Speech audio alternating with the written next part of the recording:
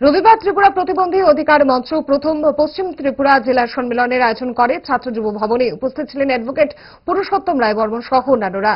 ডিসেবিলিটিদের জন্য একজন কমিশনার নিয়োগ করা উচিত।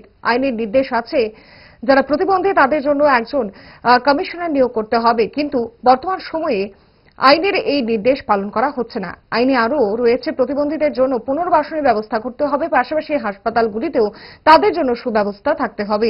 সম্মেলনে বক্তব্য রাখতে গিয়ে এমনই অভিমত প্রকাশ করলেন অ্যাডভোকেট পুরুষোত্তম রায় বর্মন।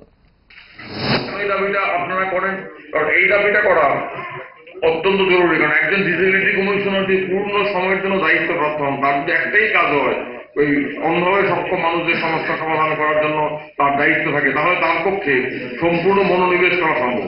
এখন কি হচ্ছে, এখন যিনি ডিসেবিলিটি কমিশনার দায়িত্ব পালন করে তার উপর আরো 90টা দায়িত্ব আছে। তার ফলে এই দায়িত্বটা তিনি নামকেও আসতে পালন করেন, উনি সময় দিতে পারেন না, উনি মনোযোগ দিতে পারেন না। তাই দাবি আছে, এটা আইনের নির্দেশ আছে ডিসেবিলিটি কমিশনার নিয়োগ করতে হবে, এই নির্দেশ পালন করা হচ্ছে না। আইনের নির্দেশ আছে আপনাদের পুনর্বাসনের ব্যবস্থা করতে হবে, পুনর্বাসনের জন্য উদ্যোগ নিতে হবে, হাসপাতালগুলোতে ডিসেবলড মানুষদের জন্য বিশেষ ব্যবস্থা থাকতে হবে এবং বিভিন্ন অঞ্চলে নির্দিষ্ট সময় অন্তর স্ক্রিনিং করতে হবে।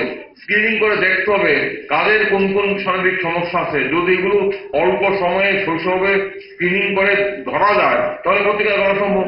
আজকে বিজ্ঞান অনেক জায়গায় এগিয়েছে।